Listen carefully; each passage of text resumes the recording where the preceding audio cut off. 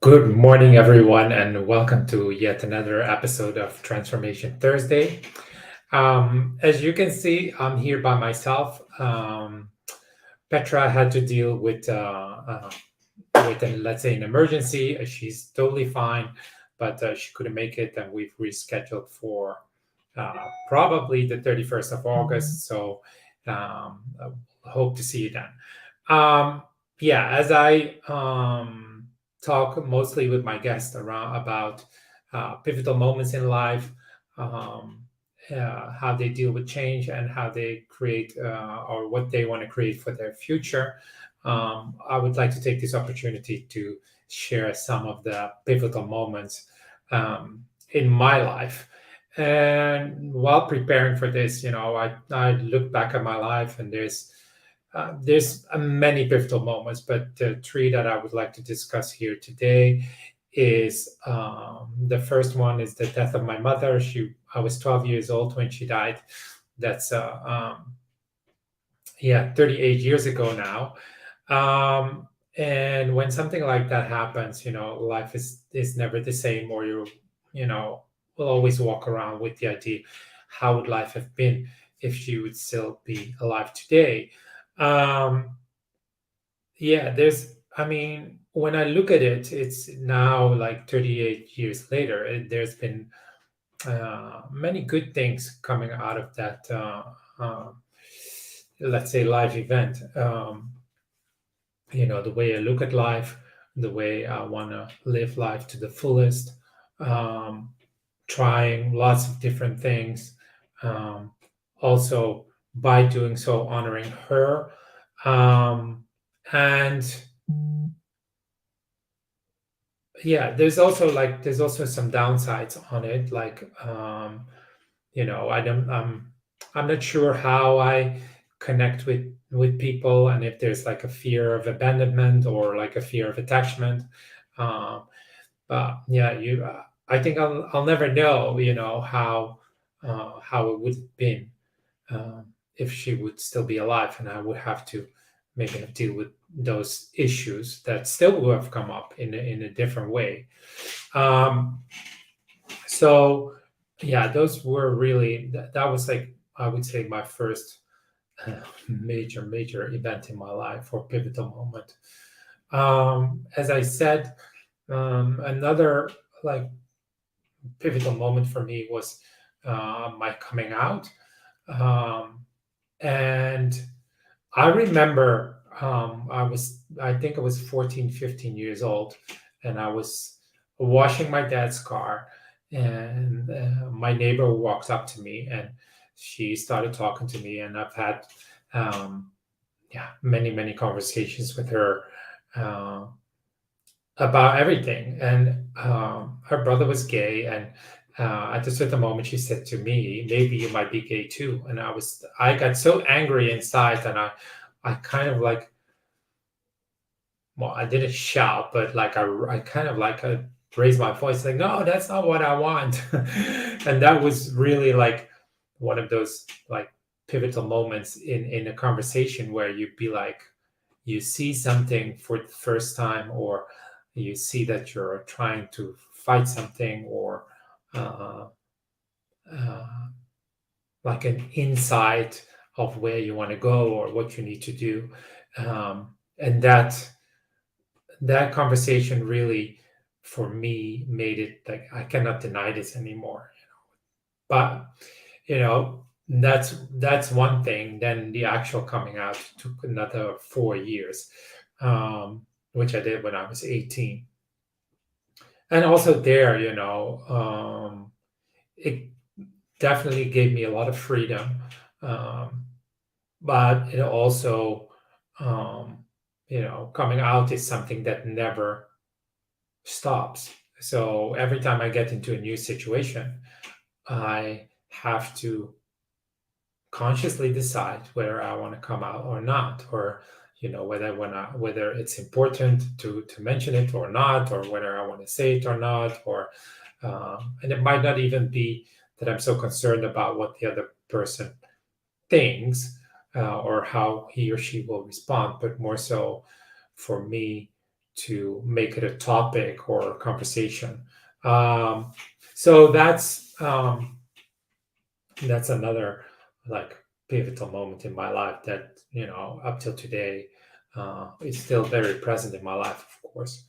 Um, and the last pivotal moment was my sabbatical.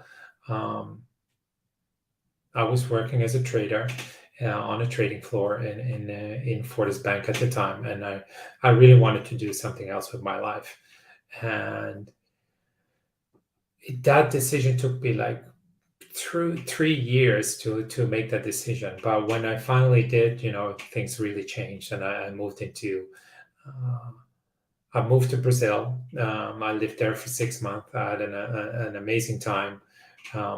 It was also like a long cherished wish that I cannot even like get to the source of it. It's like why Rio, or why did I want to go there? It's something that as a little child I always wanted to go there, but even then I didn't really have uh, um, a clear event or a clear thing that's like, oh, I need to go there.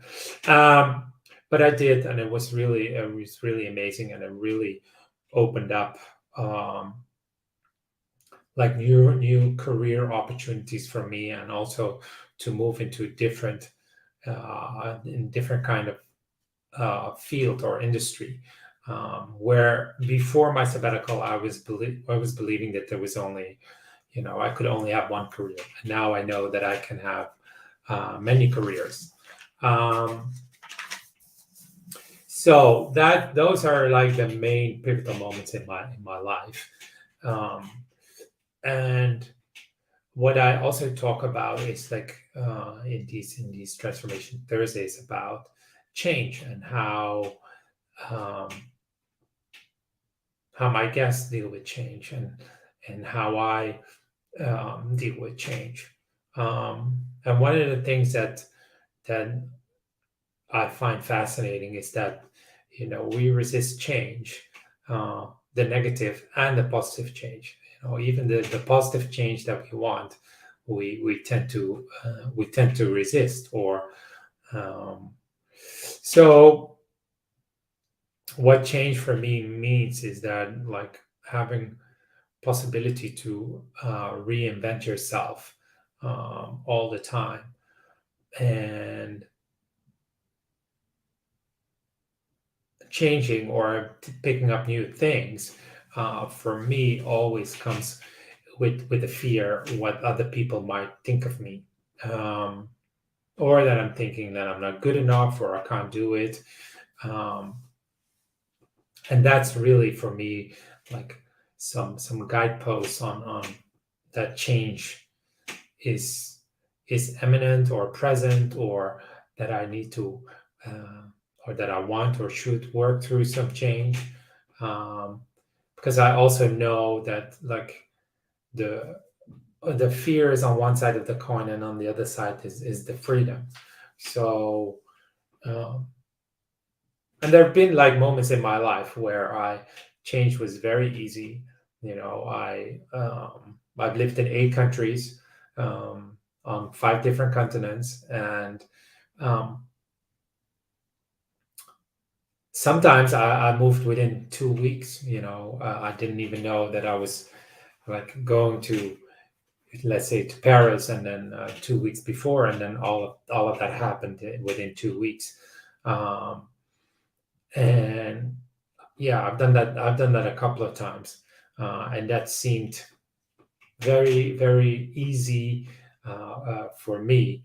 But when it comes to other things like picking up acting classes, something that I wanted to do for 20 years and postponed for 20 years, that seemed uh, very hard, very difficult. Um, and when I did, it was so much fun. And uh, I had an amazing teacher, and the other students that were there were really cool to act or to play with, however you want to say it. and it that also gave me like an immense amount of freedom, which was totally amazing. So that's some of the things I wanted to share about change and recognizing it and resisting it. And what I am creating for my future, um, in my business, um, I am developing a leadership crash course where I really want to take people through, let's say, emerging leaders, or people that have ambition to take on a leadership role, whether it is small or big, but really like look at like three major things. The context from which you create this. Um, and that, what is context compared to content is what we talk, let's say, what we talk about, and the context is how we are when we talk about it. So what is the context from your leadership, like in a way of being? um, and that's one thing that I want to focus on. The other thing I want to focus on is mindset, and mindset is so important. And if you want to create your leadership, create it from the right mindset or a new mindset. um, and the word mindset consists of two words. One is mind, the other is set. And what's been set can be reset. And if you're transforming from or becoming a leader, you'll have to create the mindset first to create that new leadership. Otherwise, you would have been already in that leadership. Um, and once you operate from that mindset, it becomes so much easier. And the last thing that I want to focus in this leadership crash course is how self sabotage is basically taking your strengths too far, and that also stress is most of the time caused by your strengths and not by your weaknesses. What people might believe, it's simply said.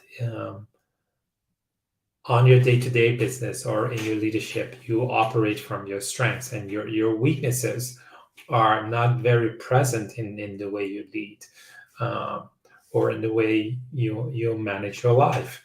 um, and that's really, um, once you get your strengths back into, let's say, in the right balance or equilibrium, uh, your strength start to fly, and you start to fly as well.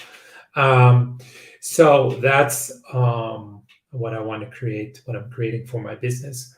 And for my private life, I am going to sail the Atlantic Ocean in November. Um, that's going to be a 2-month journey, leaving from the Canary Islands, going by the Cape Verdean Islands to the Caribbean. Um, and where for some people, uh, the massive ocean might be a scary thought. Um, what for me can be scary at times is that I'm not capable of leaving this boat for somewhere between 14 to 20 days, um, and having to, yeah, do everything with 4 people on that boat. Um, but I've prepared myself. I'm ready for it. I'm looking forward to it. It looks like a chance of a lifetime, and I'm really, really, really excited that I've been given this opportunity, and forever grateful uh, that that I can do this. Um, so that's about me. Um, yeah, I apologize that Petra is not here. She will be on one of the next episodes. Thank you for watching. If you need any help or guidance, in your leadership or in your life or with your mindset, do reach out. And thank you for watching. And next week there will be another episode with a guest. Take care and goodbye.